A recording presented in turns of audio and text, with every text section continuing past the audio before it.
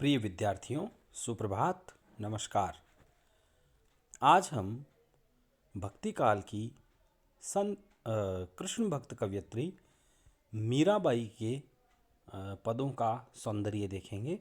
मीराबाई जो कि संप्रदाय निरपेक्ष कवयित्री थी, जिनकी भाषा साहित्य की राजस्थानी थी।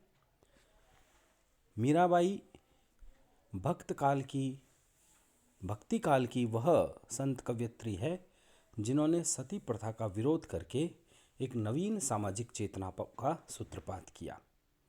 मीराबाई ने कृष्ण को अपना पतितुल्य माना, इसलिए मीरा के काव्य में भावात्मक रहस्यवाद माना जाता है।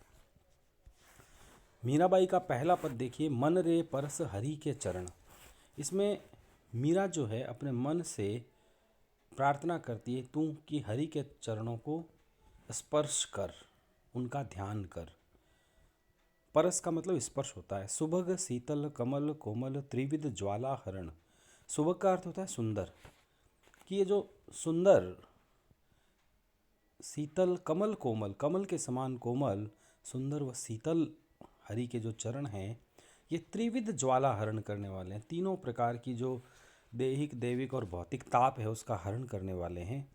जय चरण प्रहलाद पर से इंद्र पदवी धरण। इन चरणों की शरण में प्रहलाद गए तो उनको इंद्र की पदवी मिली। जिन चरण ध्रुव अटल की ने राखी अपनी शरण। जिन चरणों के कारण ध्रुव को अटल पद प्राप्त हुआ, वह भी भगवान की शरण में रखा। जिन चरण ब्रह्मांड भेटियो नक्सिक श्री भरण। और उन नाखूनों से लेकर शिखा तक, मतलब नख से सिख तक जो शोभा से युक्त है, भगवान के उन चरणों ने पूरे ब्रह्मांड को माप लिया वामन अवतार के रूप में। जिन चरण प्रभु परसी लीनो तरी गौतम चरण गौतम घरण। श्री राम के प्रभु का स्पर्श पाकर जो पत्थर की बनी हुई शिला थी अहिल्या, वह भी जो है मूल रूप में लौट आई, उसका उद्धार हुआ। जिन चरण काली नाथ्यो गोप लीला करण। जिनके चरणों ने कालिया नामक नाग का मर्दन किया, गोपियों को ग्वालों को लीला दिखाई, उनकी रक्षा की। जिन चरण धार्यो गोवर्धन गर्भ मघवा हरण। और जिनके चरणों की ताकत से गिरिधर ने गोवर्धन धारण किया।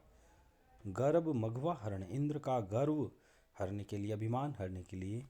दासी मीरा लाल गिरधर अगम तारण तरण।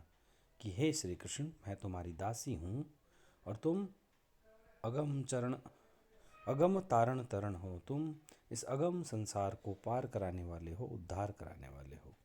तो ये मीरा का जो पद है, इसमें मीरा ने हरि के चरणों को संसार सागर को पार कराने वाला बताया, इसलिए हरि की शरण में जाने की बात मीरा कहती है।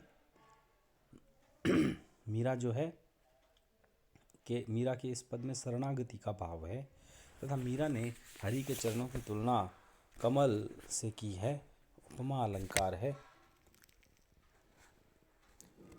राजस्थानी भाषा है और ये गाया जाने वाला पद है। बसो मेरे नैनन में नंदलाल। मीरा जो है वो श्री कृष्ण की भक्त वत्सलता से अत्यंत प्रसन्न है, क्योंकि श्री कृष्ण की भक्त वत्सलता जो है वह अत्यंत सुखदायी है। इसलिए मीरा जो है श्री कृष्ण के रूप को अपने मन में बसाना चाहती है। बसो मेरे नैनन में नंदलाल, मोहनी मूर्ति सांवरी सूरती नैना बने विशाल। मीरा श्री कृष्ण के उस रूप को अपने मन में बसाना चाहती है जो मोहने वाला है।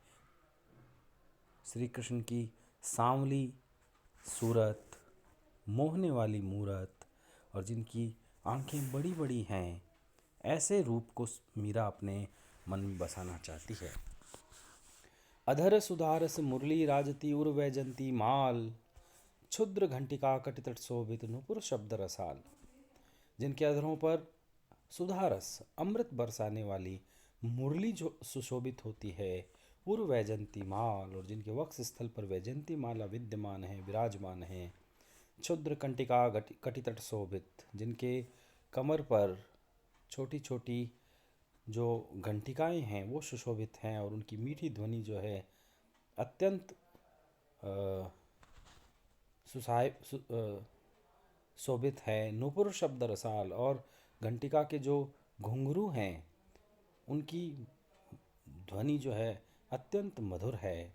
मीरा के प्रभु संतन सुखदाई, मीरा के प्रभु जो है संतों को सुख देने वाले और भक्तों से स्नेह रखने वाले हैं, भक्त वत्सल हैं। अतः हे प्रभु, आप मेरी प्रार्थना स्वीकार कीजिए, इस रूप में आकर मेरी आंखों में बस जाइए। इस प्रकार से मीरा ने श्री कृष्ण के इस रूप को आंखों में बसाने की बात कही है।